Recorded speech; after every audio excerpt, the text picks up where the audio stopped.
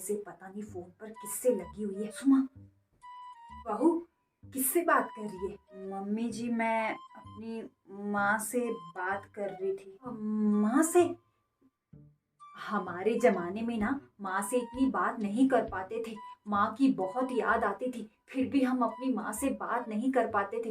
वो ना उस जमाने में टेलीफोन नहीं थे ना, और हाँ, माँ से बात करने के लिए हमें चिट्ठी लिखनी पड़ती थी, और चिट्ठी लिखने के लिए हमें अपनी सासू माँ की इजाज़त लेनी पड़ती थी।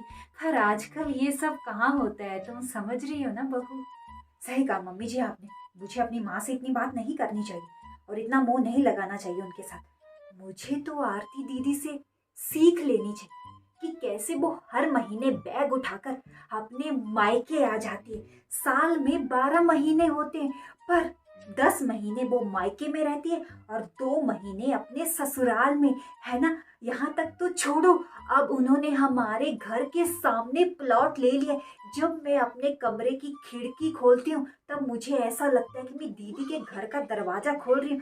जब मन करता है उसका मुंह उठा के यहाँ जाती है और आते ही ऑर्डर, भाभी मुझे चाय बना दो, भाभी मुझे कॉफी बना दो।